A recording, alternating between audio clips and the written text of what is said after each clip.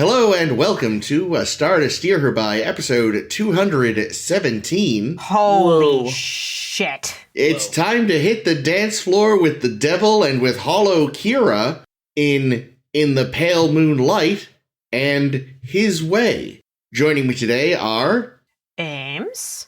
Caitlin. Jake? And Liz. Oh, good. Liz is here. Liz That's the is- definite look at one. that. We definitely here. know Liz is here. And I think I forgot to introduce myself, but this is Chris. I don't know that you did. think might you not have. did. Didn't you start by saying your name? I don't know. I will That find was out my when I- cue to say my name. No, because I think I just said that joining me today are... Oh, Oh, yeah, might maybe have. you did do that. Oops. Whatever. Oh, that's possible. So Well, Chris isn't here is what we're saying. It's an Easter Nope. miracle of some Nope, kind. who knows who's introducing. Oh, yeah. He has risen. I mean, I hope Oh, not, because that would be awkward. I also I mean, for the have an podcast, erection. you know. Oh. Well, I guess if that's less awkward now, then go ahead, Chris. You may now move about the cabin with a boner. Please don't. Stay in your Please don't. cabin. Yeah.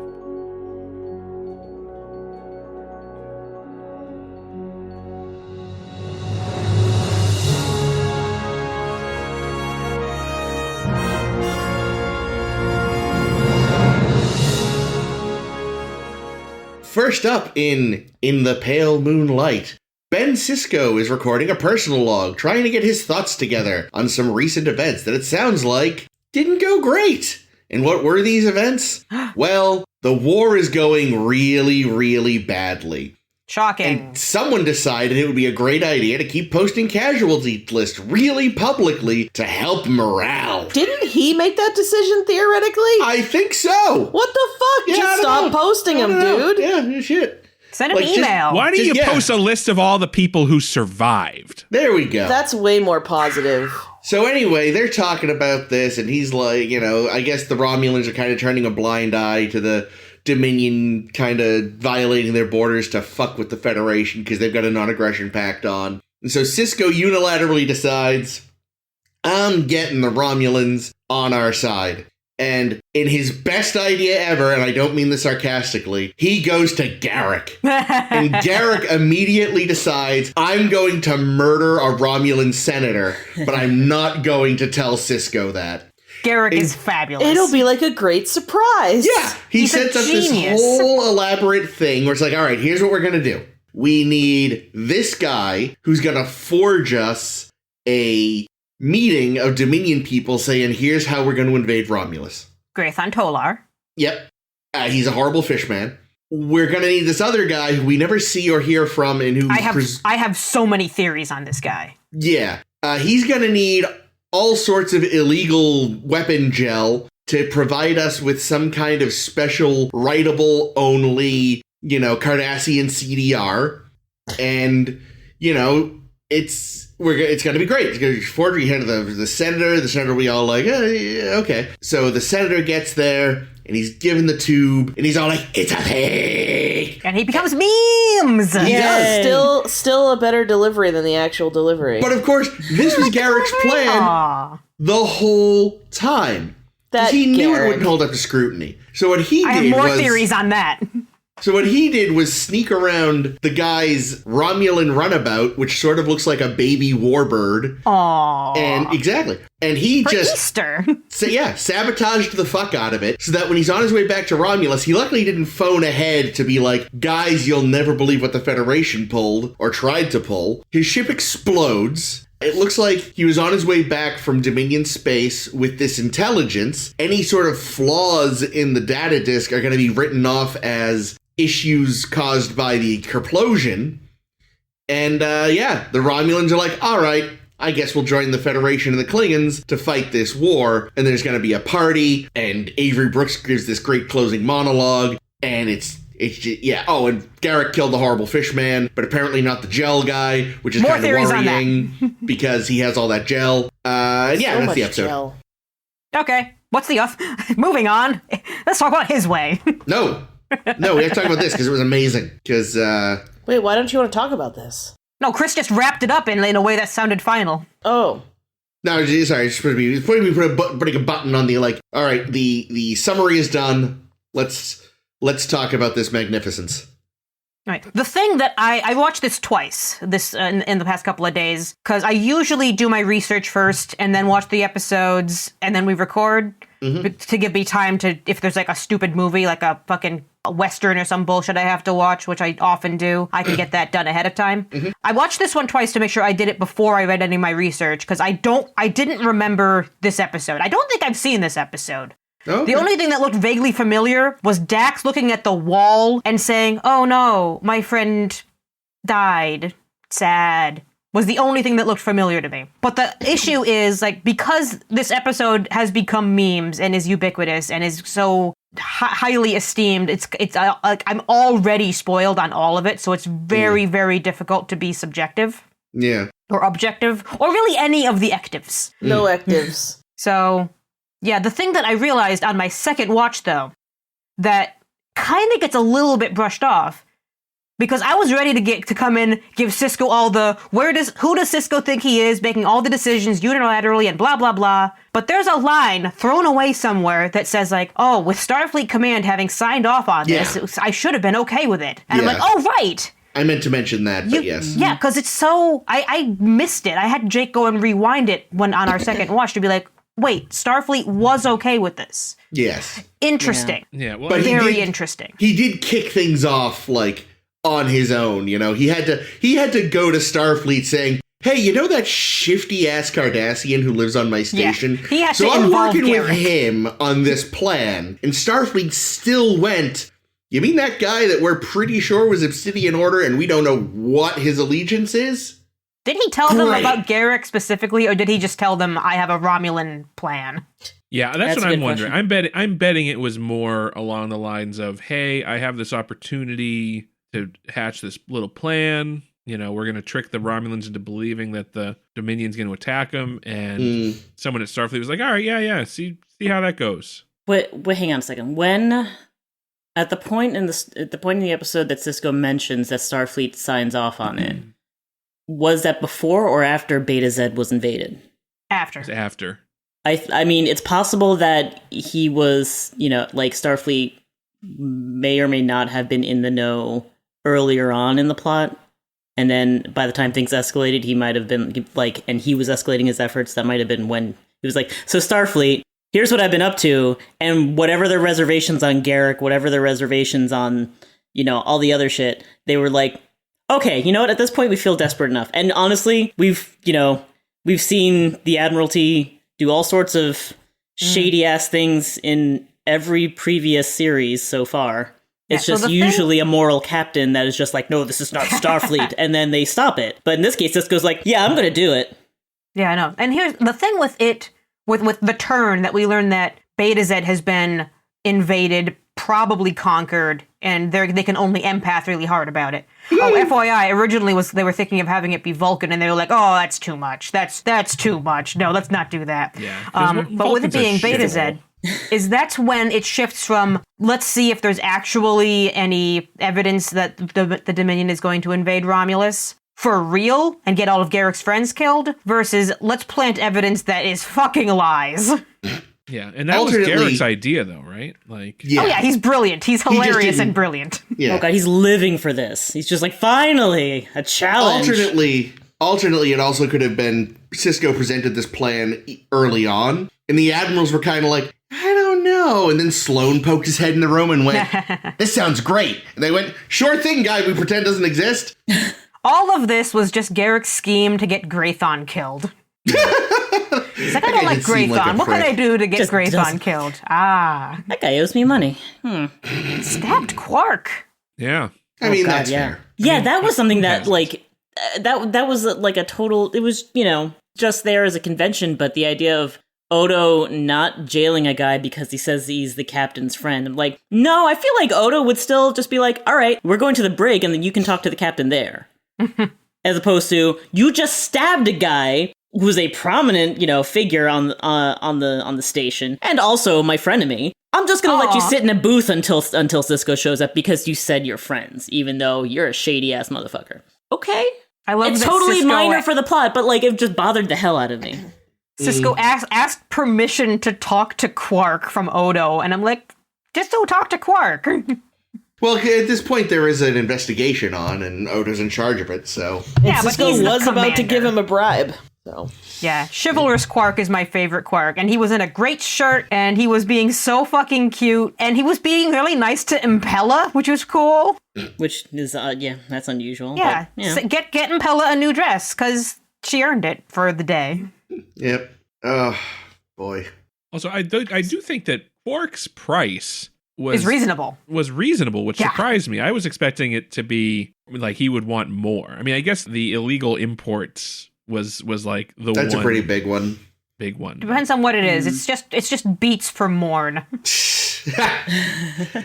I mean, there was never really any comeuppance for that one episode where everyone hated his guts, so... True. Maybe There's no that's- comeuppance for a lot of things. Maybe that's what caused him to keep his price sort of in check.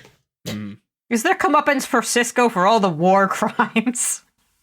Yeah, I actually. well, so he going might back have to trouble the, sleeping at night. going back to the Starfleet Yeah. approving the plan thing. Yeah. I cannot see that because, as we find out, the cost for failure is extremely high. So yeah, the unless Romulans could have exposed them for all of this. they could have exposed them, or like they said, the Romulans could just decide, okay, fuck it, we're going to join the war on the Dominion side, and then it would be a real problem. Humdinger. No, the Romulans would probably make everything so convoluted and confusing that they'd lose the war just through ridiculous Romulan plotting. That's true. It's the long game. 900 years from now, they're going to lose this war. I mean, you can write it off as one of two things. Either they're fucking desperate, Mm-hmm. or, as they have proven time and again in this series, Starfleet makes the worst tactical decisions. They do. That's true.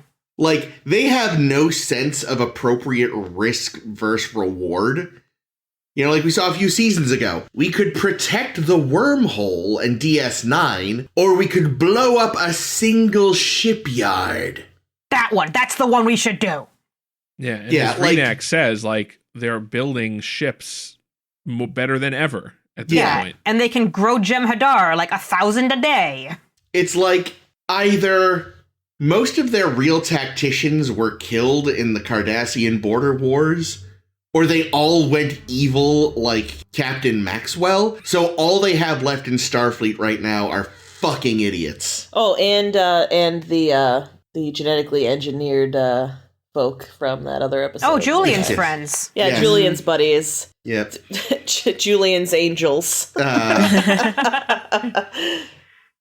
But I mean, I feel like it's a combination of those things. I feel like we're made to believe, or we're supposed to believe, or at least understand that there is a new height of desperation. I feel like if they did make it Vulcan that was invaded, that would have, I get it that that'd be too much, and there'd probably be a lot of, pushback from people thinking no, Vulcan wouldn't get invaded. They wouldn't let that happen, which would be fair in my opinion. But if Vulcan got invaded, that would be a pretty fucking desperate situation that they'll sign off on any high risk, attempt to get any advantage that they can get. And they did make a point that now that the Dominion is on Beta Z, they have a clear path to some random place we've never heard of, Vulcan, and Alpha Centauri, which of course is the star closest to Earth. They could have just said Earth. They said Andor and Andor, okay. and Teller and Oh, whatever no, the all our Tellarite planet friends. was. They said Teller something. So, So basically, where basically the Tellarites are from. the five founding nations Telleroid. are apparently all really close together. That makes It was sense. It might not be Because by about the- how close they are. It might just be about the directness or the accessibility of a path. Yeah, that's true. But When you have warp drive capability, how is there a need for a path? That's what I don't get. I mean, if you're traveling at using warp technology, it's not like wormhole technology in other sci-fi properties. My impression is that you still have to plot a course, and you're still going through other systems in space. You just have to navigate around them. You're going at a faster speed. yeah, it's a but, bad if idea to there's- go. If there's a black hole in the way, you got to navigate around it. Yeah, but it's if you blow by Vulcan at warp 9, they're not even going to know you were there until it's probably too late to catch up to you, right? I don't know though, because I think because they mention in Star Trek Generations that when they exploded the Amargosa star, they had to make like course corrections on ships. Yeah. So I do think like at warp you are very susceptible to gravitational fields. Maybe like even a small change in the field could cause you to go way off course. And also, they've established for it's like you can technically go through a system at warp, but it's an incredibly bad idea. Yeah, and that could be also because of like gravitational shit. So Yeah. like maybe they can't just blow past Vulcan because you have to slow down when you're going close to planets or close to stars. But like being close. I mean, we're talking about space travel. Like, how close is close? I don't know. Well, I'm being really pedantic. I woke up in a pedantic mood today. So. Yeah, when you think about like how massive, like Pluto is so fucking far away, but it is still within the gravity well of our sun. Oh, yeah. Anything out in the Oort cloud, which is fucking far away. And that goes in 3 dimensions. So, I mean, if they need to avoid the magnetic field entirely, that's a big detour. No, fair enough. But either way, stars are also very far apart. that's true. That's what I was thinking, Yeah. yes. So, But again, whatever. Gravitational fields. Yeah. Whatever, Anyway. whatever. I mean, I guess it could also be like a supply line thing. yeah. You don't want to have your front to be too far behind enemy lines because then they could, attack your ships as you're trying to bring more to the front. Yeah. You could be I- cut off. I do like the idea, though, that they're all kind of close together, and, like, had Cochrane just done his experiment either a week before or a week later, instead of first contact with the Vulcans, it would have been the Tellarites. And that just would have been a very different experience for Would everyone. never have joined the Federation. Oh God, where are your eyes? In my butt. Oh. Speaking of my butt, I'm going to pull some random theories out of my ass. Okay, nice. I'm ready for it. One of whom I heard because I went and rewatched that Trek Actually video that talks about Sisko being a war criminal because I didn't watch the whole thing when we were talking about the Let's Poison Eddington's Planet episode. Jesus Christ, Sisko. But there are some good theories floating around about biomimetic gel guy. Yeah. And who that is and what happened to him. And one of the theories floating around that I saw that I was like, ooh, that's fun, is that it's just Garrick. There's no guy. Garrick wanted biomimetic gel. For Garrick's own personal reasons. Well, he does say he's super fucking uncomfortable all the time. Maybe he just wants to get high. Because isn't that the problem with biomimetic gel? Isn't it like literally just like a super drug? It can be, but it can also be used to make bioweapons. Yeah, that was the idea. I thought that at one point they were saying that you couldn't get it because it was like a strong hallucinogenic or like a It's a narcotic controlled or something. substance. Like, you could probably use it to make. I think it's biomimetic gel, which probably has a lot of applications. Yeah, the assumption is he may have used that to blow up Vreenak's shuttle. It's in the name. Oh. Biomimetic, clearly. He made a bomb out of... Yeah, I like that idea.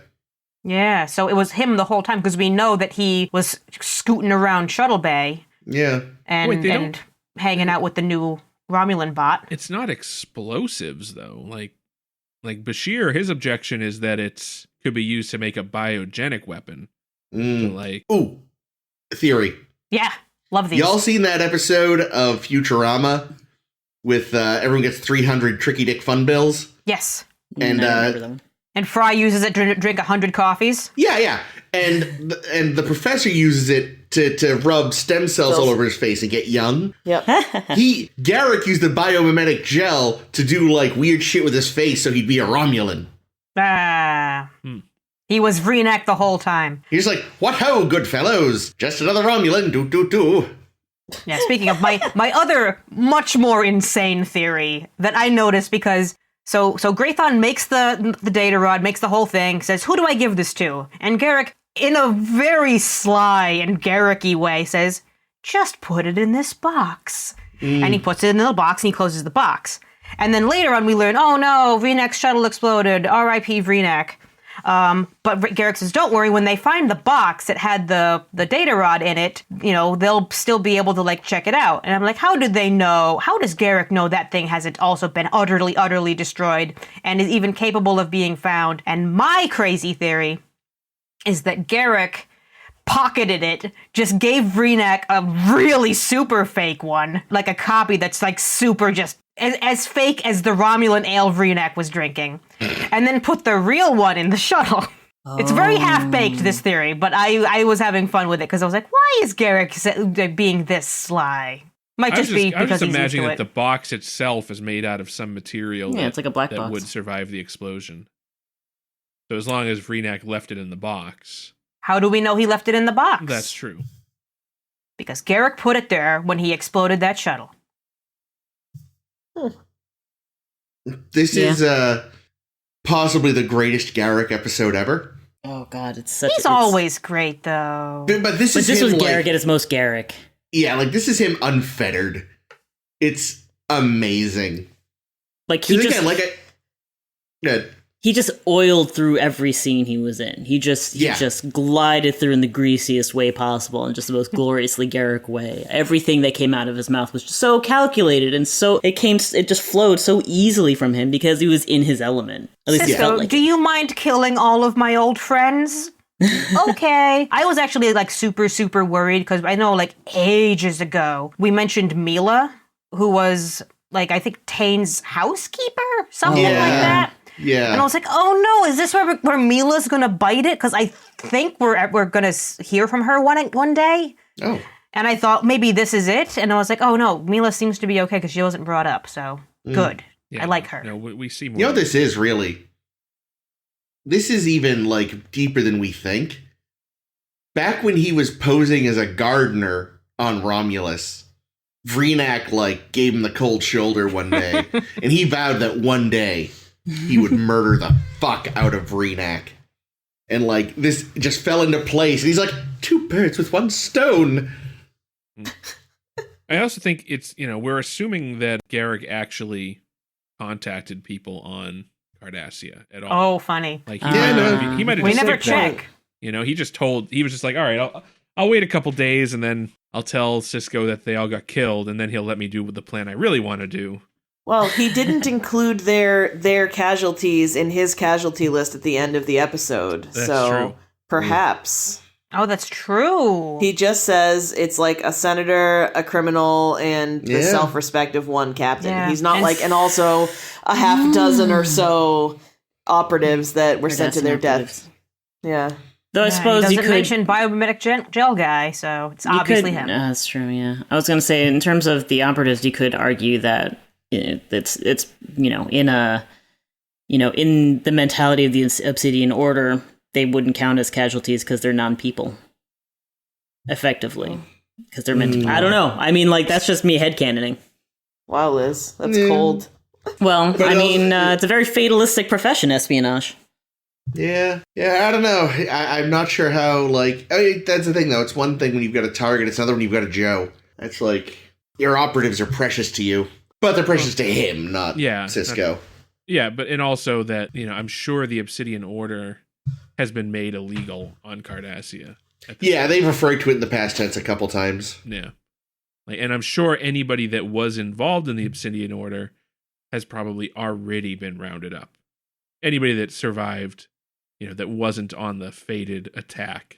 Yeah. Bringing it back to biomimetic gel guy. Mm-hmm. These 2 episodes. God damn it. They're from Epized. God damn it. Teleroid. These 2 episodes both kind of very slyly. Good job, Liz. Sorry, Ames. Sorry. No, yeah, these episodes both slyly brought Bones to my mind because in his way, they said something about the real McCoy, and I was like, Bones, get it, great. And in this episode, Bashir, storms in to Sisko's office, basically doing his best Bones McCoy, being like, I am absolutely opposed to what you're doing right now, and I want it on the record. I'm going to file a complaint. I'm going to write about this up until my dying day. And I'm like, that's what McCoy would do. Mm-hmm. Actually, I wonder, is that actually how Starfleet found out? He reported it, and Starfleet was like, Sisko, Bashir's a little upset about this plan of yours, but it sounds good. Could you tell us a little more about that? And then they court-martial Bashir for being a little bitch, and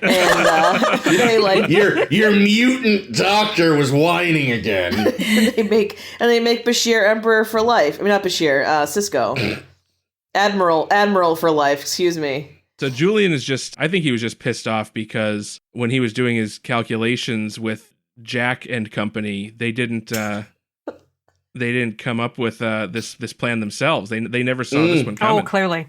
Because it's a plan that only a madman could devise. I don't know. Jack was out of his mind. That's true. Being fair. True. But in a different way. There's a special madness to Garrick. Is that what Gul Dukat had? Was that a special madness?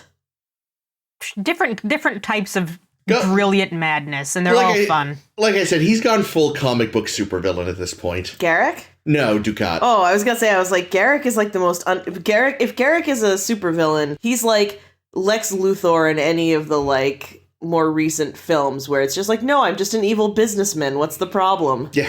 I'm the president, for fuck's sake. Well, how could that be bad? Sorry, it's close to Batman, Ames. I yield my time. It's allowed.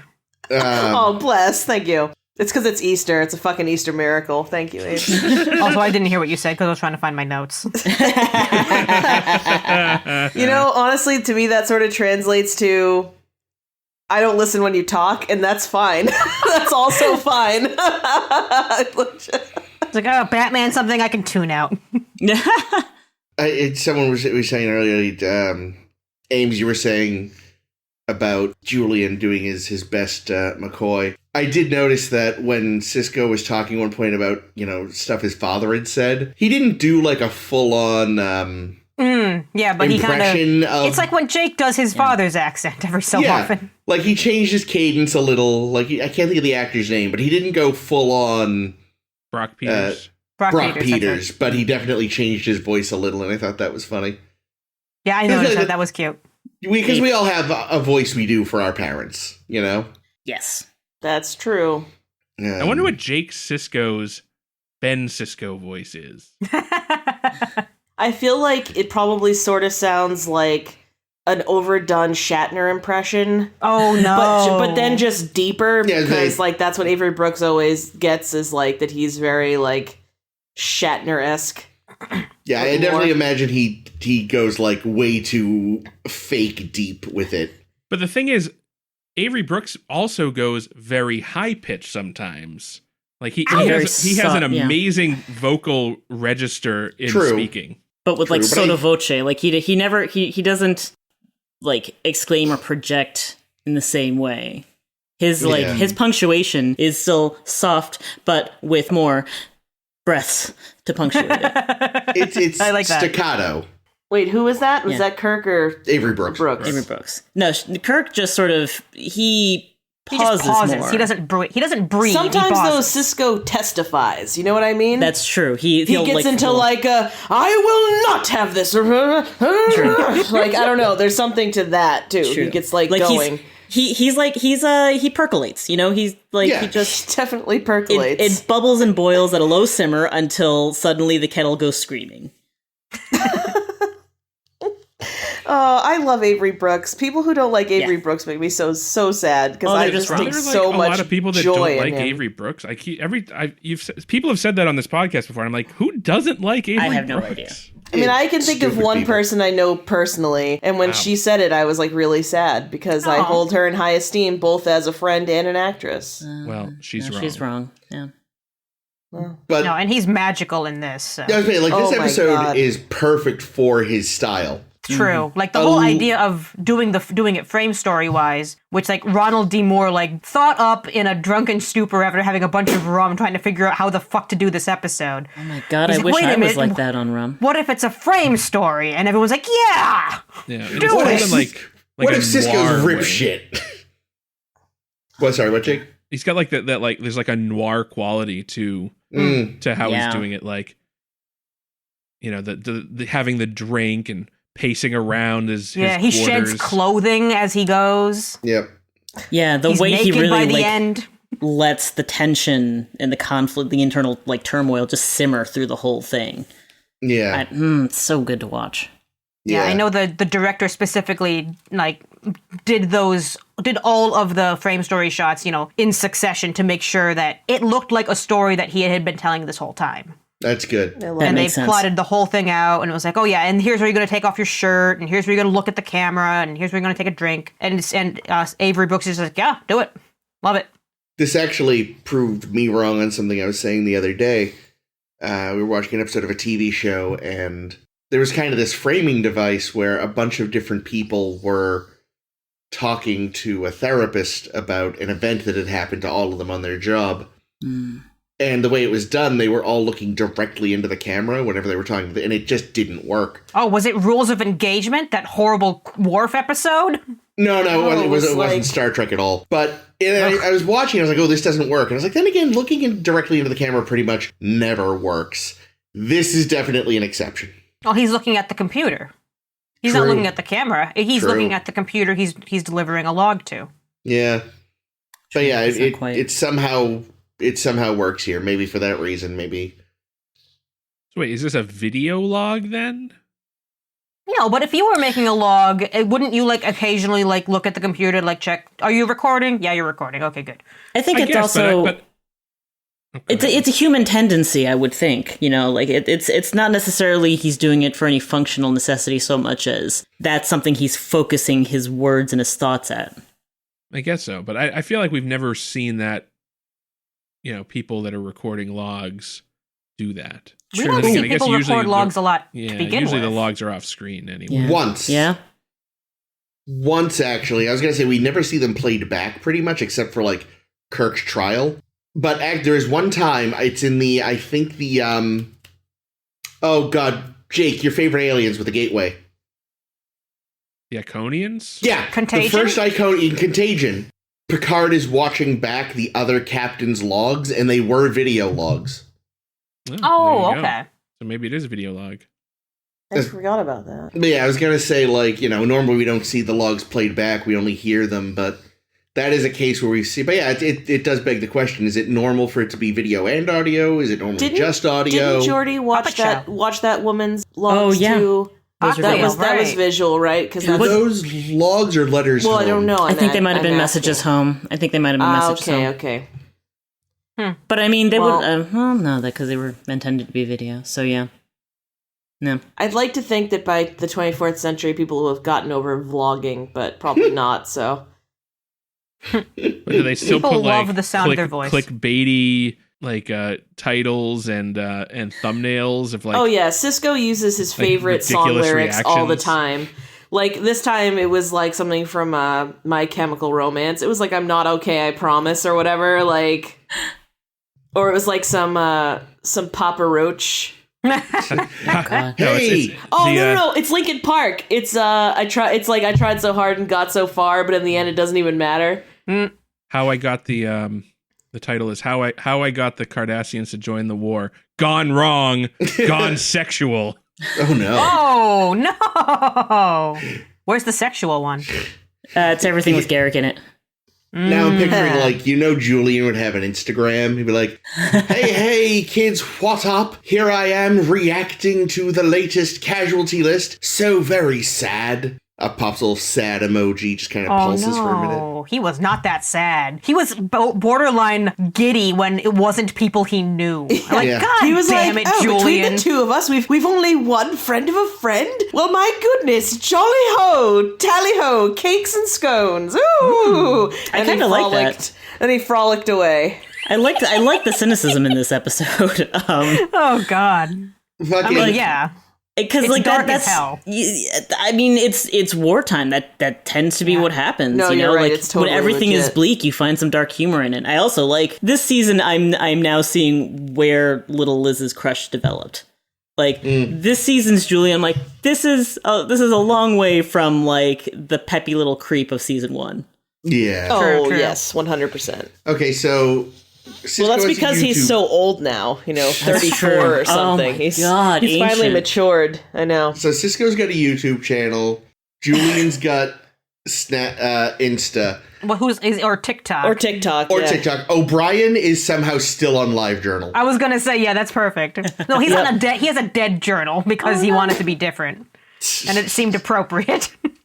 Hey, I just had another thought on this. It was Garrick. Garrick was the gel guy. Mm.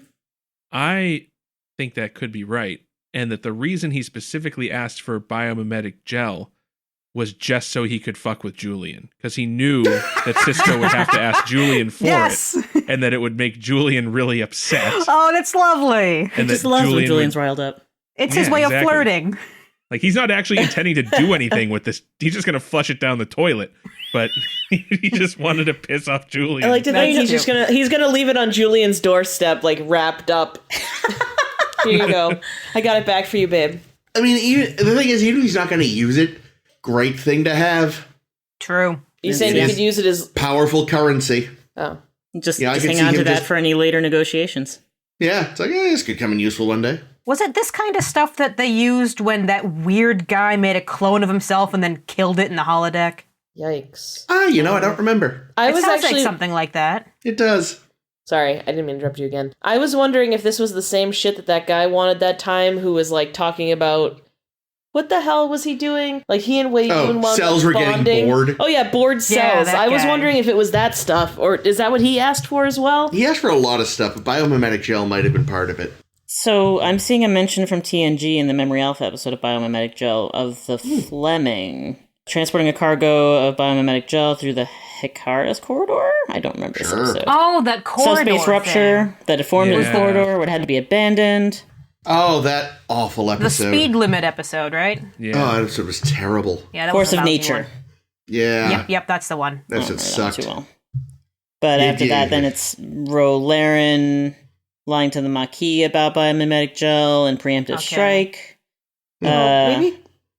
Maybe Garrick needs it to make a baby. Maybe Cardassians like are able to make their own babbies. It's like, okay, like Julian, if we both come into this biomimetic gel, then it'll be half of both of us. No, I don't know. Like, just like maybe he needs it to like lay his eggs in or something. I don't know. Like, it can be used for genetic and cloning experiments. So, well, there you go. Who doesn't want like as well as a dozen more Garricks running around? And then they can touch dicks. Explosive clones. Oh no, I don't know about that. The dyeing of various fabrics can be used as a pigment. Sorry. So before we move on, we have to bring up the inevitable. It's a fake. Not just that. Oh. Actually, yeah, let's talk about that, because it seems we all had different reactions to that delivery. God, it was awful. It was a strange delivery of that line, because up to that point, the actor playing Vreenak had a very pompous, but like kind of stoic delivery. And he's got like a deep, like vaguely gravelly voice. Yeah, so like I would expect to be like, it's a fake, but no, it's like, it's a fake. It was almost like hissy. Yeah. It was like he was very snake-like or something, and I would expect that shit from like a Cardassian, but not... Yeah, exactly, but not from like a Romulan, I don't know. My best guess would be that, like, for that take, maybe the director was like, you know, you're so enraged that it's simmering and it's just gonna just hiss out at you because, like, you can't even shout. Yeah, and so it's just like you're some kind of big, angry tea kettle. Yes. Thing is, it's funny... Because think about it, like, the murder obviously is where you've gone too far. In my mind, and maybe this makes me a bad person, there is absolutely nothing wrong with lying to the Romulans. Ooh, rough. Because they trade in lies as much as Cardassians. Like, this... If they had managed to convince them it was real without anyone having to die, this just would have been karma coming home to roost. But a taste of their own medicine. But I mean, then that's the thing. Like if it were Picard making the decision, he would the argument would have been not to sink to that level. Like that's Romulan, but it's not Starfleet. But yeah, I feel like Sisko would agree with you at this point. Yeah, no, there is absolutely nothing wrong with lying to a Romulan. Well, let me rephrase I would that. say a Romulan government official. Yeah, that's what I would say, because lumping all Romulans into the same bucket is tricky at best. I should specify. That's a racist, move. To be honest. I should specify, yes, any sort of Romulan government official, totally okay. Like, those people's lives are scheming and plotting and lying. They deserve it. A normal Romulan on the street, probably a perfectly nice guy. Maybe a jerk. Some people are jerks.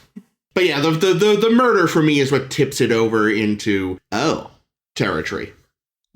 Having said that, it's like at the end of the day, who do I respect more? The captain who sold his soul to try to save lives, or the captain who stood back and said, "Sorry, Native Americans, I have my orders"? I'm just gonna Neither. say The answer can be former. neither. It's true.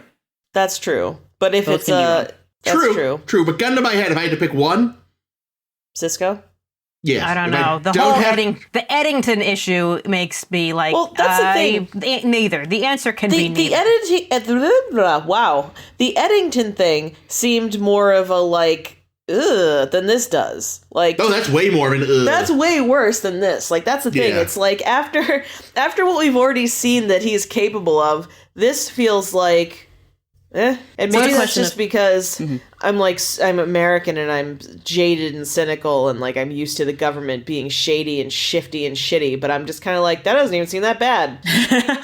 Was Vreenak the only one on the shuttle? Yeah, no, there were innocents No, there. I was gonna say His Oh, guards. we He didn't had, mention like- the innocents. Shit. he had like 4. Yeah, right. Didn't they say he'd have 4 He has guards? 4 2 that guards. are gonna hang out in front of his shuttle and 2 that are gonna be in the room with him. And Yeah, so those poor bastards didn't do anything. They didn't even get Oh, counted. they didn't even make Garrick's list. well, maybe it was 'Cause they're not people Did the together. whole no? But did the whole shuttle blow up? Oh, yeah. Yes. Oh, maybe. Oh, that's Yeah, no, sad. just- I was like, no maybe it survivors, just blew up one room of the shuttle. Yeah, no, whole thing's gone. No. Okay, the whole well thing's then done. this is more support than Garrick for would your not theory. would not leave room for error. Garrick wouldn't leave room No, for that's error. true. You're right. So basically- this definitely does. This is more evidence that, or rather, removes my evidence about whether or not his people were real or not. Because if he didn't even think about the 4 guards plus whomever was flying the damn thing, he definitely didn't think about the former Obsidian Order folk who have died. All right, so I haven't seen Voyager in a long time, so I can't remember. But as of right now, it's looking like the only moral captains are maybe Janeway, and maybe I'm wrong. Yep. Well, that's depending on how you And, feel about Tuvix. Fuck that guy. And Yes. Oh, in a couple of years, this is gonna be More, fun. there's more to it than Tuvix. yeah, Yeah, So that's it. I don't know. I have to reassess when we actually get there. But it seems like maybe Janeway, Saru, maybe is a moral captain. I feel like Saru's a pretty good guy. Because I know Yeah, but- even Archer pulls some shit that ain't cool. Riker. Riker is the moral captain. I mean, Sulu. Ooh. Oh, no, yeah, wait. Doesn't Sulu never did anything wrong, did Doesn't he? Sulu pull some shit in the no. in 6? Wait, does he don't disobey know. orders? When you say No, pull some shit, do disobeying you orders mean- is fine. Okay, so we're Do not you- talking about like ordinary stuff like insubordination or anything. No. yeah. No, no, Because then, no, then he he said Saru he would be said in the running. moral. He said moral, not Moral. Not, Oh yeah, that's Has I Kurtz mean- ever really? yeah, I say why Because is sometimes it we all count orders Kirk? are- He never really does anything terribly bad. I mean, don't he think. could- Well, Yeah, I don't Kirk- know. Kirk's- He cheated on the Kobayashi Maru. That's ethics. Ethics and morals. I know. are I'm different. joking. I don't mean it. Caitlin, I we're just taking got everything through- you say very seriously. Thank you. I hope you will. I just got through telling Liz that I didn't think that disobeying orders was moral or immoral. So, like, obviously, I don't mean the shit that I said. Kobayashi Maru. I How always assumed about- that was like a Japanese name, but How I about wonder Data? if that's. Data has to be moral, right? Why are we talking about two different things? I'm hearing two different voices talking about two completely different things. Because I wasn't Welcome done yet to with our that. podcast. Yeah, that's true. Fine. Sorry, Jake. You go ahead. So Data, no, well, I mean, I don't know what Jake was saying about the Kobayashi Maru, but I honestly care more about Data in this. What's Data? I What- always care more about Data. But he was a temporary. Oh, he was. Well, I'm just saying though. Like, was he while he was captain? Was he a moral captain? The answer here His is brief tenure, Captain yeah, I think Spot. so. There we go. I don't think he I was was. actually trying to remember the dog's name in Enterprise. Oh, Porthos. That's it. Porthos. it, What about yeah. Porthos? No, I don't think. Him I think was actually a good Data boy. was not a moral captain, given that he put the mission's goals above that of his crew. Who's this? Data, Mm. which was ultimately the right choice, but he put a lot of people at risk to make that choice, as his So- first officer pointed out. I don't know if that's enough to count as immoral in my book. Mm. I don't know. Well, anyway, we've gotten slightly off course, and it's my fault as always. Yeah. Sorry. And I had one more It's thing. because of all the magnetic fields. Yes, Cool. Ames. And that's that. As I've been doing the past couple of episodes, is finding what the original pitch was Oh. and telling you how Oh. different it was.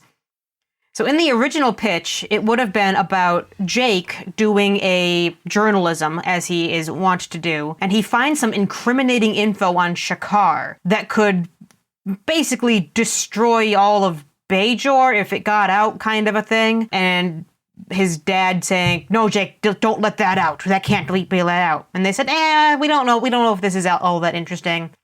Let's make the incriminating info be on his dad. So Jake is trying to interview Garrick, but Garrick, as Garrick is wont to do, is being super sketchy, and Jake is like, "Man, Garrick's obviously up to something. I should ask my dad." And his dad's like, "Stop questioning Garrick. This is important. You must not question Garrick anymore. We are in some shit." But they didn't want to put a conflict between daddy and son because they're so cute together. So I'm definitely glad because I love them. I don't want anyone to hurt the Siskos. In the earlier version, the problem is twofold. One, none of us give a fuck about Shakar. No. And two, they kind of already did that because remember there was that episode where like basically the reason Barial didn't become Kai was because he knew a dirty secret about Opaka that he wanted to keep under wraps because if it got out, it would like destroy her legacy. Remember that? That was ages ago. Yeah. So like they kind of already did that. True. I think my other two oh, sorry, go ahead. But I was gonna say with characters we cared more about. Yeah, I feel like if they had gone with that pitch, one, I would have seen a problem with pacing of the story because you would have had to spending all that time on Jake trying to uncover the truth would have left no room for what eventually came out as the main story to there would be no room for it to unfold. Yeah. It would be super abbreviated, and since this is such a multi-step, sneaky plot, you need that to simmer, and you need that to unwind. But also, I feel like the idea of Jake trying to do the journalism and uncover the truth. I don't think they would have pulled off getting us to really side with Jake enough when it's Sisko who's putting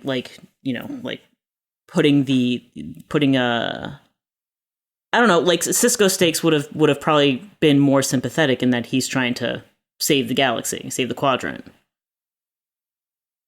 I don't know. I don't think it would have worked. Seeing him doubt himself live helps.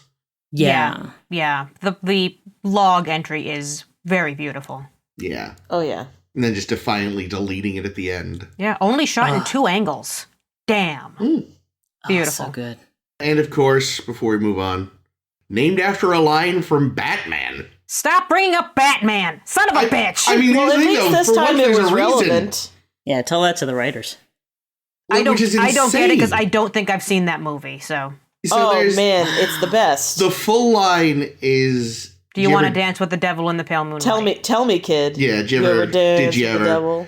And so when I saw it in the Pale Moonlight, I was like, oh wow, I always thought they wrote that line for Batman, but I guess it's from something. And no, it's from Batman. Yeah, it's a they quoted weird Batman. choice. It's like, wow, you have now officially taken a series that normally names stuff after poetry and Shakespeare lines and used a line from Batman 89. Yeah, the original title it is very poetic. Sorry, Ames.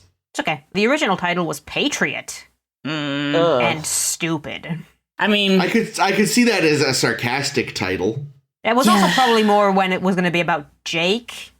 Question marks. Oh, that makes sense. I also feel like that comes too close to, actually condemning America as being shitty if you call it Patriot, I feel like at that point it becomes a little too, on the nose.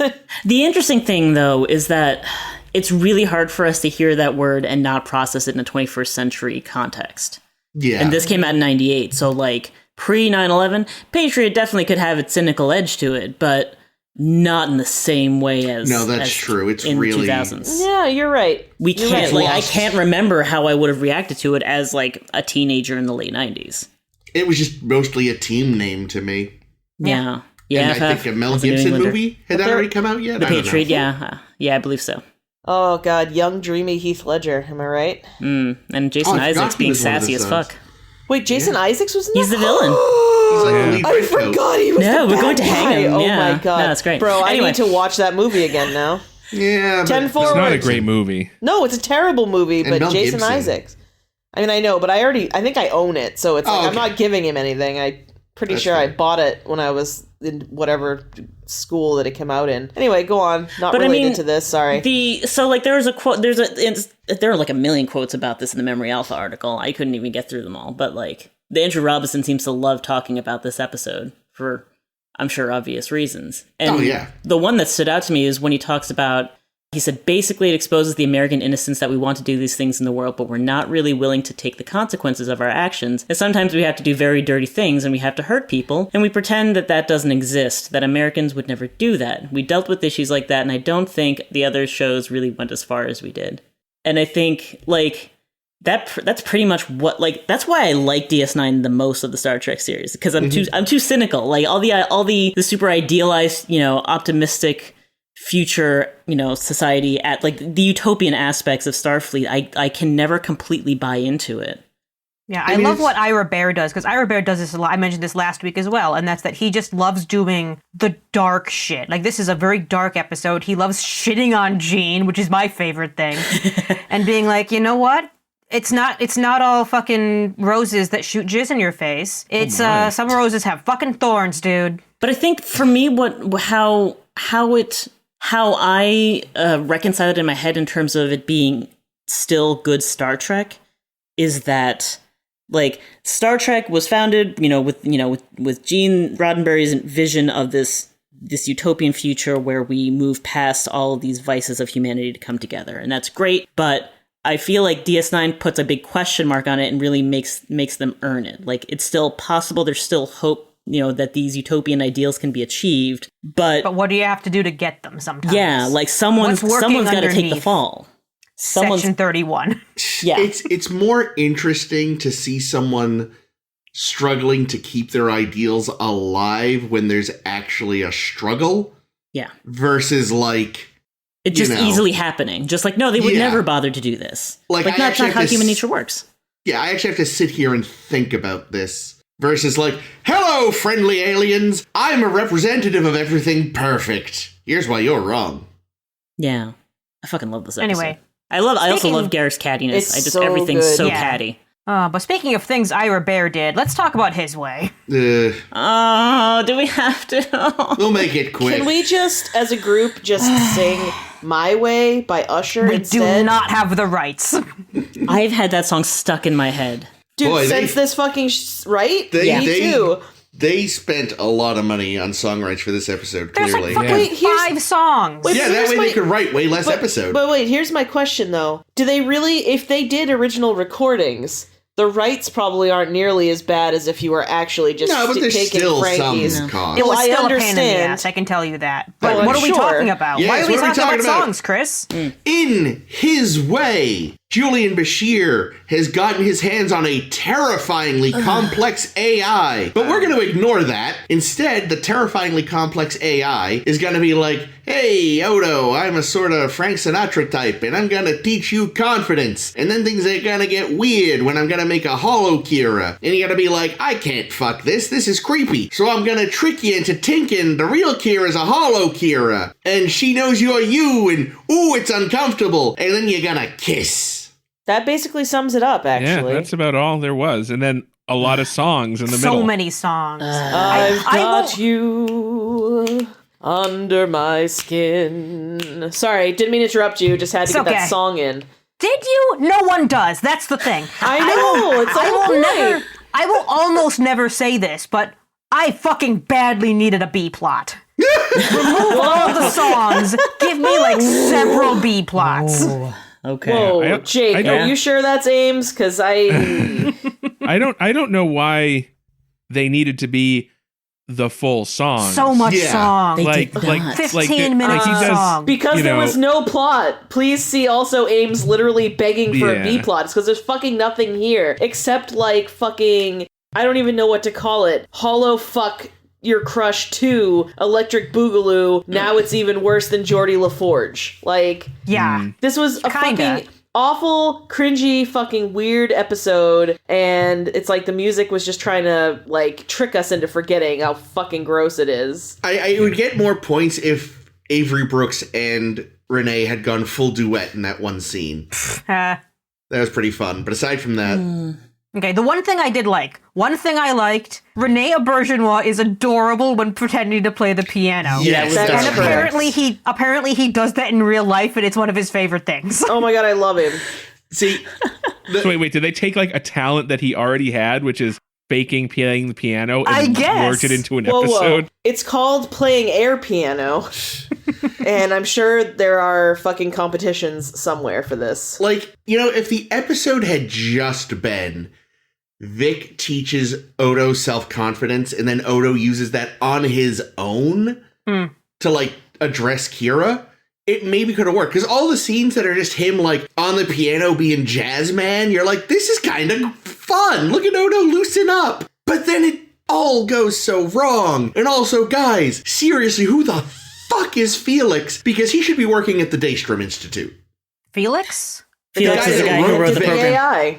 Oh, I Yeah. missed it. I missed Well, it. I'm guessing somebody walked into a holodeck and says, "Create me a character that can get Odo laid," Yeah, seriously. and that's what the computer came up with. No, here's Because my- that's here's also my how theory. Moriarty was created, and this is basically good Moriarty. Yeah.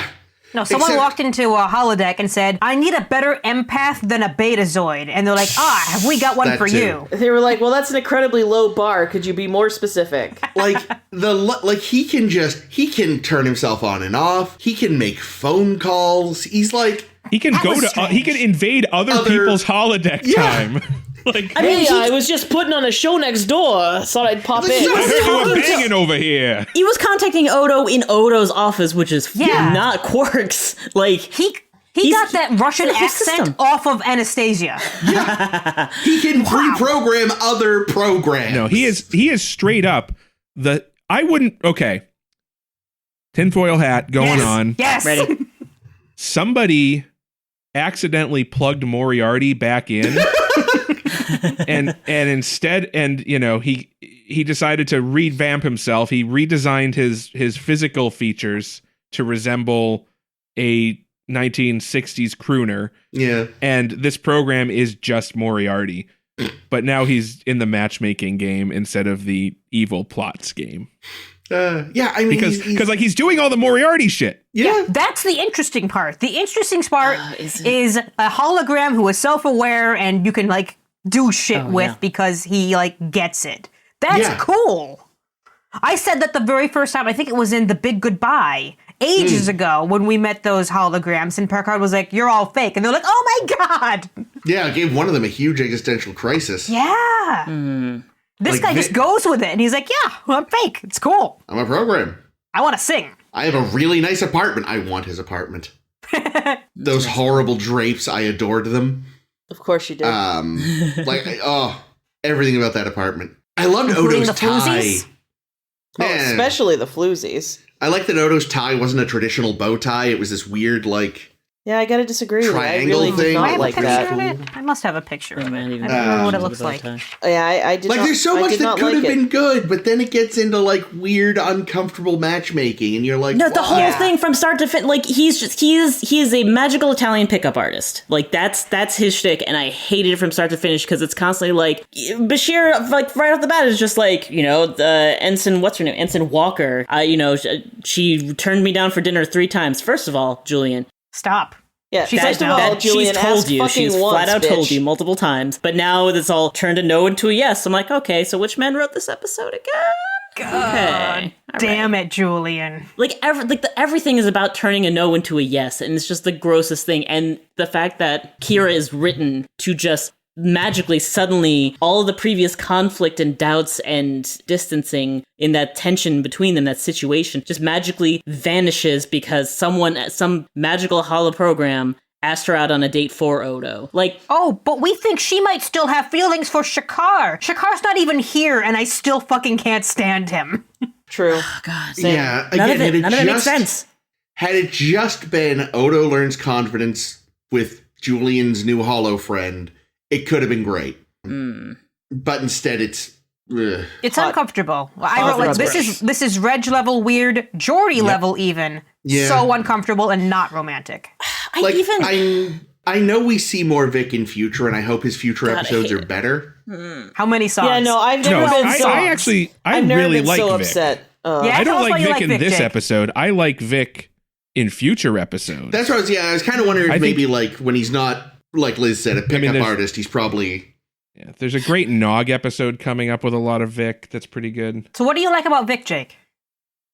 I don't know. I just think His sweet style. I think he gets Accurate. I don't know. I'll say this. I hated Vic the first time around because I was like, what is this? We've introduced this character and he kind of becomes not a main character, but a recurring character that gets way more screen time than most recurring characters do. And so he really pissed me off initially. But somehow he's grown on me to the point where I'm like, okay, I like Vic. I think it's really because of the Nog episode. The Nog episode is in my opinion, a great episode. Well, Nog is great. We like Well, I Nog. haven't seen it yet, but I would probably agree with you if only because I really love Nog. But the short of it is, Vic helps Nog out of a jam. And that's kind of Vic's thing, is he helps his friends out of jams. In this case, it was a creepy jam. Yeah. But generally, I don't know. I think he's just grown on me. I think so. Like watching, He's turned this, your no into a yes, Jake. I guess so. That's a special talent. Like I think. Sorry, Liz. Like watching this, I think that Vic's actor does a great job. I think the dialogue comes across as a very snappy, charismatic, natural, like sort of delivery. I think he, like, for the job he's given, he does it well. I just don't want Vic in DS9. Yeah. This episode is extremely creepy to me, and I hated every moment of it. And it maybe it's like personal experience from from too often of just like turning her no into a yes, and I'm like, nope, I said no. Which, I'm definitely not the only one. But at the same time, like the previous watches of DS9 I've done, every time Vic shows up, I'm like, why are you here? Why are we constantly going back to a 60s lounge with like, Tony Bennett, Dean Martin ass motherfucker? Like, let's go back to space. I want to go back to Quarks. Yeah. I actually have. So they're in my big DS9 book. There is a 2-page spread about Vic for this episode. And it's all just a long, meandering tale from Ira Stephen Bear that just sounds like Grandpa Simpson going off on a tale. He just tells the tale of how they cast, what's his name? Vic Fontaine, I think is his name. James Darren. James Darren, who apparently just kind of is Vic Fontaine. Well, he was like in bad. the 50s and 60s. Wasn't he an actual like? He's an actor, crooner, kind of. Never obviously he's as big as the Rat Pack guys. Yeah, he's a but- good friend of Frank Sinatra Jr., who I guess Bear originally wanted in this role, but Frank Sinatra Jr. does not want to just play his dad. Shocking. I mean, I think that's fair. Yeah. He's like, I want to be an alien. We're like, oh, well, we wanted a crooner. So, Man, they should have gotten Phil Hartman. but I'm going to read. Was he still alive at this point? Yes. Yeah. I'm going to read a paragraph from this ramble because it's just the weirdest fucking thing. From Ira Bear. My friend Fred Rappaport, who wrote 2 episodes in Deep Space Nine, and I went to Beverly Garland Hotel in the Valley to a memorabilia show. Why? 1, because we like to, and 2, I always get my cousin his birthday present there. So we're there, and Jimmy Darren is there signing autograph. And Fred says, oh look, Jimmy Darren. And Fred goes over there and does his Fred thing, because Fred knows everything about everyone. So he's talking to Jimmy Darren about his spaghetti sauce. Jimmy Darren once had a spaghetti sauce, and Jimmy looks like he can't believe someone is asking him about spaghetti sauce. This thing goes on. I'll show you this whole essay. It's amazing. You are not exaggerating. I was waiting for him to say I was wearing an onion on my belt, which was the style at the time. That was a Grandpa Simpson story. It's That's very, amazing. it's, like the that whole was thing is very not funny. hyperbole. I thought you were exaggerating for comedic effect, but fucking no. No, I might take a picture of this and put it on the Facebook. Who are you? Oh my god, that's beautiful. Wow. I mean, it does, admittedly, if any character in this goddamn show was going to have a Vic Fontaine program, it would be Julian Bashir. Okay. Like, because he probably, in one of his James Bond programs, Bond goes to Vegas. And he's Everyone like, wears a nice suit, which he already does. And he's like, well, this is amazing. I want a program just about this. You know, like that at least, you know, if anyone else had shown up, you know, it would have been like, I don't know, O'Brien was like, look, I got this thing about a tang, and they'd be like, why the fuck? Why? I'm gonna go lose the Alamo now. Bye. Oh God, you fatalistic prick. That is a very, he's Irish, of course. Well, I feel like it's more like he's Miles O'Brien who dies over and over again. Of course. Like, I don't know if it's, for once, I don't think potatoes have to come into it, is all I'm saying. No, I just mean this sort of, there is a sort of fatalistic aspect, you know, especially because of like years, centuries under fucking English oppression and rule and yada yada. There's kind of this constantly. Is this fatalism the reason why, like, sometimes Irish Americans feel the need to be like, you know, the Irish were slaves? Durr. No, that's just because they sold themselves out to be considered white. Oh. Fair enough. I hate some of my ancestors. It's neither here Man, nor it's there. a good thing. It's a good thing Keiko hasn't been around, because if Keiko and Miles were in the holodeck at the beginning, Vic would know. Vic would have made an interesting observation about their relationship. Oh, congratulations on your divorce. We're not divorced. Oh, well. No. Alternate take. So, Smiley, you never did try to get your wife and the major there to do the three-way, huh? Oh. Keiko, when are you going to tell him the kids aren't his? When are you going to tell the truth about Worf? So did your reading say at all, Ames, why they felt they needed to have a 60s crooner character? Ira Bear wanted one. That's the whole answer. Okay. They meant to introduce him in like season 4. Oh, Wow. God. Just never got around to it. So Yeah, much but they Vic couldn't Fontaine. get Frank Sinatra Jr. And then they were going to have him. I think we mentioned he was supposed to first appear in A Simple Investigation, but that episode ended up running long, so they cut it. Here was my literal experience directly after this show. I was like, God damn it, fucking Vic Fontaine. And Chris is like, you're going to see a lot more of Vic Fontaine. And I was like, a lot more of Vic Fontaine? There isn't even a lot more of fucking DS9. How much fucking Vic Fontaine are they going to shove into the next, they 27 episodes? A shocking amount of Vic Fontaine. I don't want it. I don't want it. I do not want you to shove Vic Fontaine into me. And that is exactly, God damn it.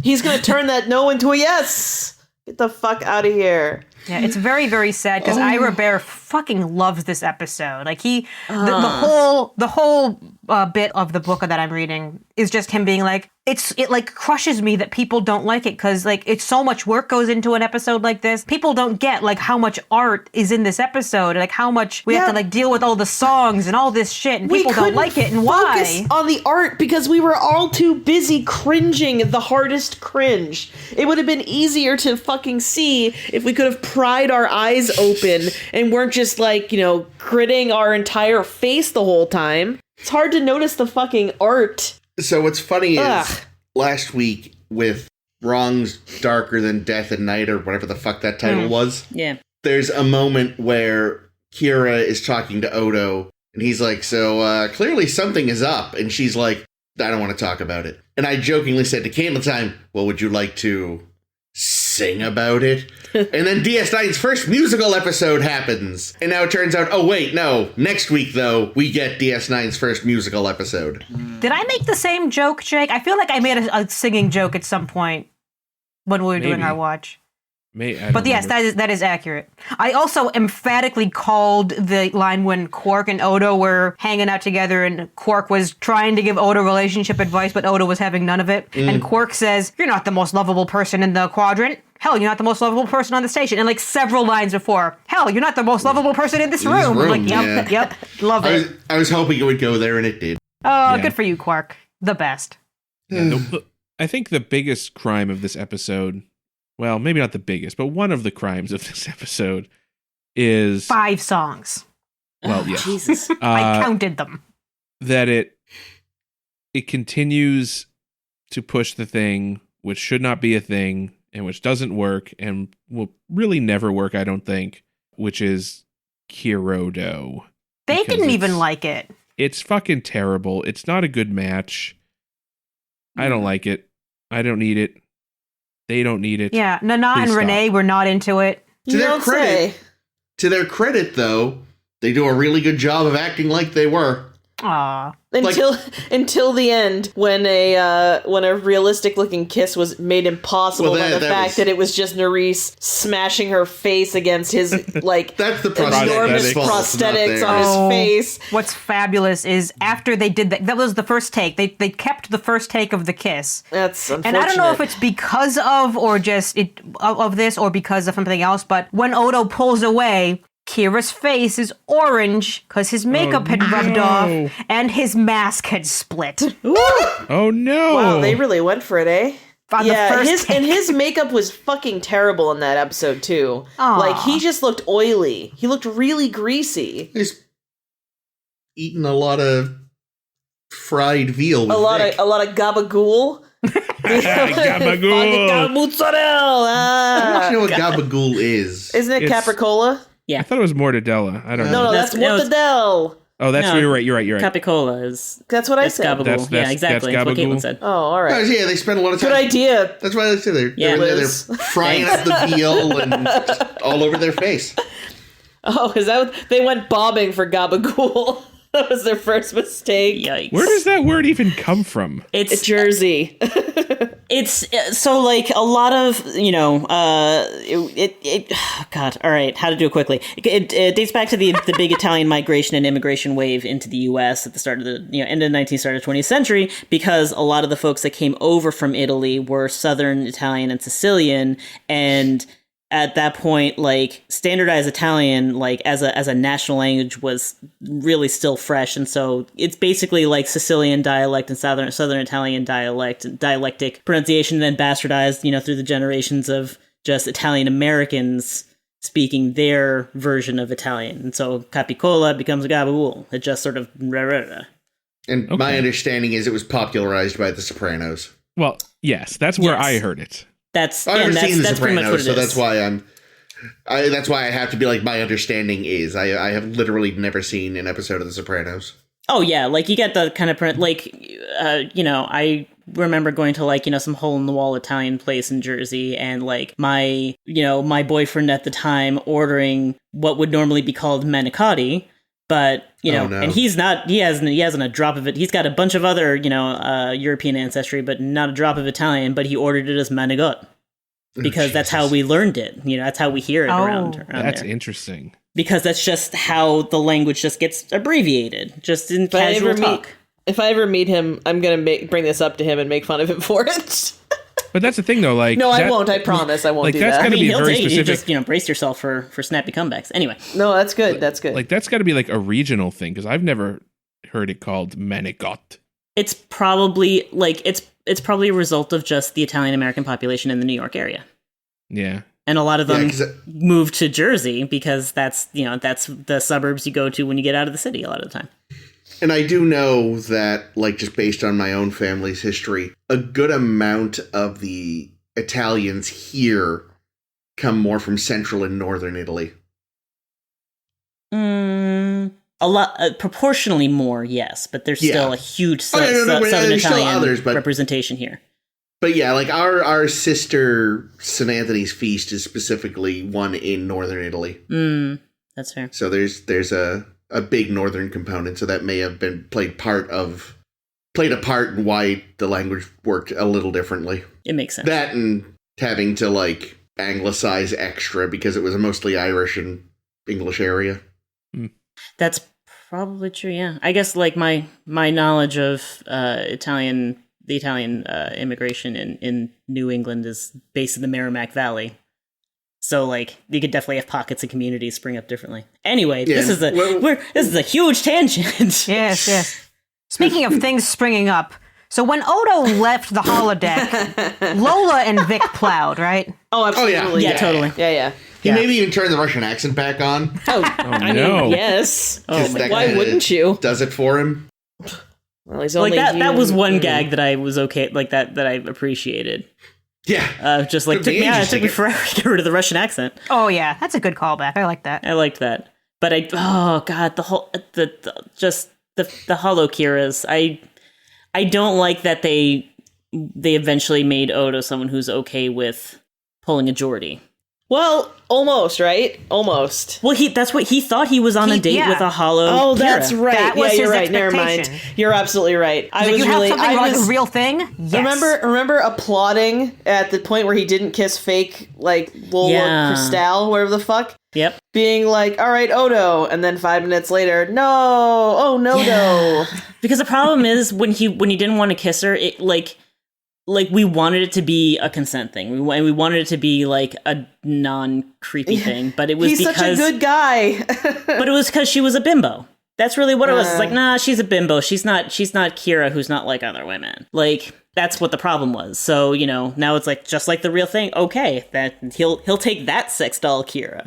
I guess my thought/hope was that the date with Robo Kira was meant to be like a practice run? Something that wasn't going to end in weird, creepy sex. And I'm not saying that makes it like significantly better. But the fact, I just hope that Odo wasn't like, well, I'm going to have this hollow, sweet pocket pussy of my really good friend who I'm never going to actually pursue. I'm just going to be creepy in here. The different, I don't know. I really wanted it to not be creepy. But it still kind of was. The way you fix it is, again, there's never any hollow Kira. It's just Odo trying to learn self-confidence. And I really thought Chekhov's lights were going to come into it.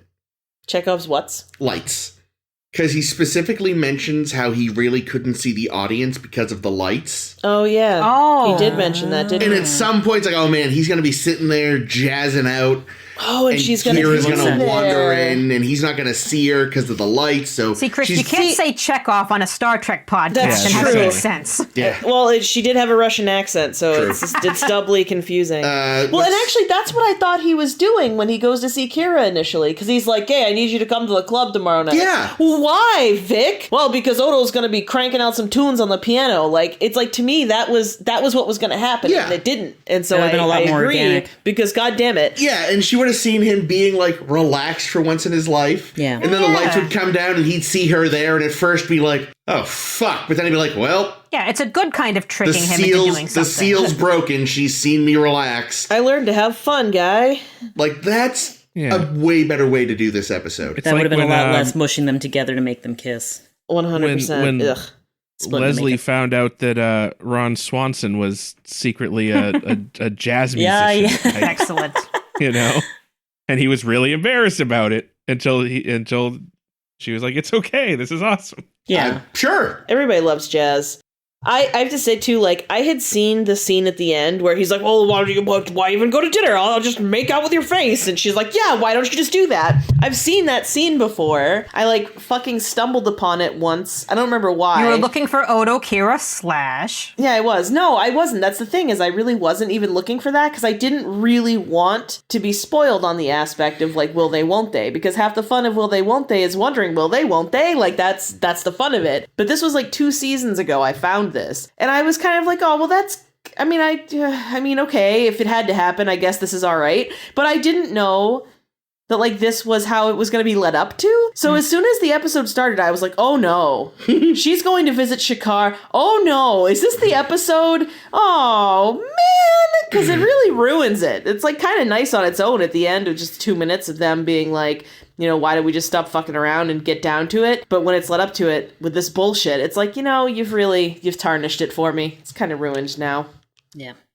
This should have been a victorious episode for me. I've been waiting for this. Oh, and it I'm was so sorry. terrible. That's all right. You didn't do it.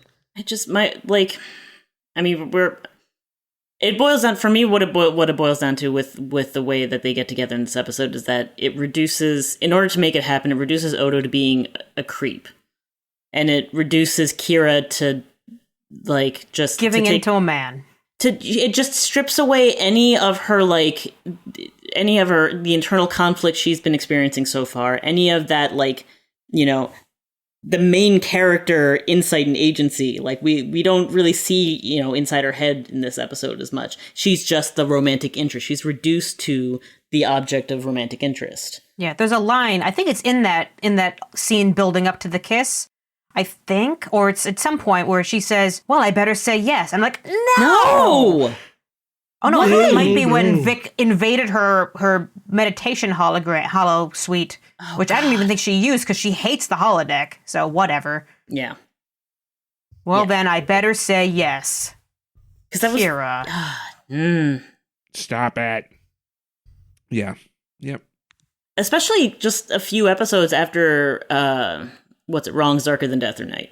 Like, I was impressed by that episode, like, given the context that it was written and directed by men, and that, I was at least like, oh, okay, there's a lot of internal conflict, for these women who are in this, like, just gross ass uncomfortable situation, without it really fetishizing the role that they're forced into. And then this episode happens, like, nope, we're back to the usual shit. Nope, we're back to that. Yeah. Well, I look forward to the better Vic episodes because I hope they are better. I hope I'm not just like I How feel like many I'm more are misremembering them. There's at least really. I think there's like 7. Are There's a there really? Are Oh you my. fucking serious? A quarter of the rest of the fucking episodes of this show are gonna be Vic Fontaine episodes? There's Well, they're not Vic Fontaine episodes He necessarily. shows up. He shows up. Listen, that's what I said. There's He kind of. What's funny is like he kind of becomes the crew's bartender. Yeah, he's the like guy. in the way that Guinan was. Guinan, But they have a except bartender. creepy. But exactly, but this is the one show that already had a bartender. Who's He just great. wasn't the kind of bartender they needed to be a therapist. and also Hilariously, I was about to ask you who the bartender was. What are you talking about? Guinan. Bartender? What were you saying, Chris? I guess Sorry. that's the thing, though. Like, Quark is not the bartender you go to with your problems. Quark is the bartender you go to see if he can smuggle you some shit. Like, You know what I he can talk to your He is bartender more about? Mo Sislak than Guinan. Mo would fit in very nicely on Deep Space Nine. You know what I'd like to see in the Star Trek series? And maybe I've watched like maybe 2 episodes of Enterprise and my memory of Voyager is hazy, but it's not Voyager. I would love to see an actual like ship's counselor, an actual therapist who's written but who's written like with consultation. I want them to consult psychologists the way that they consult engineers and physicists. Yeah, no, there is no Because ship's counselor on Enterprise. Because with Troy, all that shit, like they didn't consult shit. Like that was pop psychology. I saw better shit in Frasier. Yeah. But like, but Guinan, sneaks in as a de facto counselor, in a subtle way that is doing what a counselor should be doing. Oh yeah. So Troy just I feel like they got did screwed over multiple more. levels. They did more research on psychology with Guinan than they ever would have with Troy. Yeah. Yes. Well, Guinan was the better psychologist. Yes. On that ship, Yeah. by But like far. They did anytime more they're research on Vic Fontaine's 1960s language than they've ever done oh god, for yeah. any psychiatrist on the fucking ships. Hey, Caitlin, don't be Yep. a square. Hey. Yeah, what were the other ones? A Herbert. I really wanted him to say Herbert. Because It he said should have been Harvey or Herbert. something, didn't Yeah, he? he He said- said, yeah, I like, think it don't was be like a Harvey. Harvey or some shit. I was like, what is that? O'Brien's response, a square is one side of a cube, was excellent. I laughed my ass off at That that. was I was good. like, thank you, Thank you, O'Brien. engineer.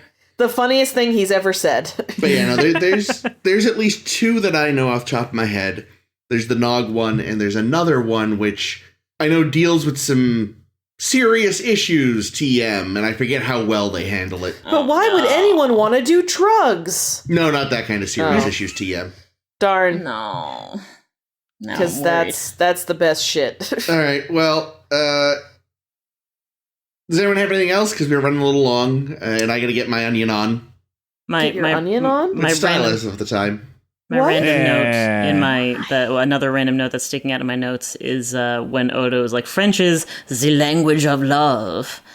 I just my brain immediately was like, les pois sont les poissons. yes! Because for Neo Berchenois, it was the same goddamn voice. Lovely. It's true. Anyway, Yeah, that's that, it. that Man was had kind of range. I love him. God damn it, I wish he was still alive. That's a much better note to go out on. We I love will, you, Renee. I will Auberginois. attempt to find, speaking of Sing and Odo, I will attempt to find, if it's on YouTube, a clip from the ultimately deeply mediocre Where the Buffalo Roam, which was the original Hunter Thompson movie with Bill Murray, and a youngish Renee playing a reporter that he gets very high, who then sings, I think, Getting By with a Little Help of with my Friends. Oh. Or Lucy in the Sky with Diamonds, very off key. It's quite amusing. Yay. Well, something to look forward to. Speaking of things to look forward to. Next week, Hey! we are going to talk about 2 more episodes of Deep Space Nine. Boo, boo, boo, boo. Yeah, that's right. Where's wow. Where's DJ Jazzy James with his early morning show when we need him? Jimmy Jams. Whatever, Jimmy Jams. Listen. Okay, well, yeah, next week, 2 more episodes, The Reckoning and Valiant. And we're getting close as fuck to the end of season 6, which it just makes me really sad, because, well, some shit's gonna go down eventually, and that's gonna be a bummer, but then this is gonna be over, and we're gonna have to watch, like, 10 seasons of really shitty Star Trek, so... There's some good stuff in there. Yeah. So you all keep saying... It will take a while, but... Well, what I think is funny is, like, Chris, I feel like, Chris, you've said this a couple times, like, well, the first season's a little rough, and I'm like, what the fuck else is new? We're watching Star Trek. I think the least rough first season actually was Deep Space Nine, when you consider, I don't know. No, I'd say TOS. Yeah. TOS was all rough, though. that was part of the charm of TOS. Was the roughness. Like, hey, we're doing this for the first time ever. Anyway, next week, The Reckoning, Valiant. If you haven't had enough, and I'm sure you haven't, you can totally do some things before then. You can subscribe to make sure you never miss another episode of A Star to Steer Her By, or you could watch the 216 episodes that came before this one. Maybe, like, start at about, I don't know, episode 50 or so. I feel like we started to, like, hit a stride at some point. I feel like it took us a while to get there. No, we Stopped hit... shifting around so much in front of the microphone. Oh no, that's still happening. It's more the... We hit our stride with the pizza rant. That was where everything fell into place. That's like episode 6 or 7. Okay, so start around 6 or 7. That's fine. It is not 6 or 7. Skip episode 1, because episode 1 was a do-over of an episode, so just fucking skip it. I'm sure it was rough. Man, anyway, you're really selling this podcast. Yeah, that's what I do. If they've listened, If Our they've listened first this long, season is they already know how to find all this. Look, even information. Mabim Bam didn't start off on all gears, so What's I a mean... Mabim- what are you My talking brother about? and me. Oh, I was like, what the fuck is that? I'm don't like even so know what that old, is. I have no What is clue. that? Anyway, No, I just speak Chris sometimes. Speaking of old, if you're still on Facebook, you can find us there by searching for A Star to Steer Her By. You can also find us on... Wow, I skipped ahead of all of the places you can find podcasts. Wow. Where can I find this podcast? SoundCloud, Stitcher, Spotify, Google Podcasts, Apple Podcasts. You can find us on Facebook by searching A Star to Steer Her By. You can find us on Facebook and Tumblr. We are at SSHB Podcast, or you can visit www.sshbpodcast.com. That's our website. There's a bunch of good shit there. Yeah, there's a bunch of good shit there. Next week, already talked about that. I have been Caitlin. Aha. Aha! I'd be Jake. This has been Chris. Woo! This has been Ames. And this has been Ah. Liz. Thanks, guys. Always good to have Liz. And Liz. And Liz. And Liz. And Liz. That's my line. I know. But wait, 98, rule of acquisition number 98. Every man has his price.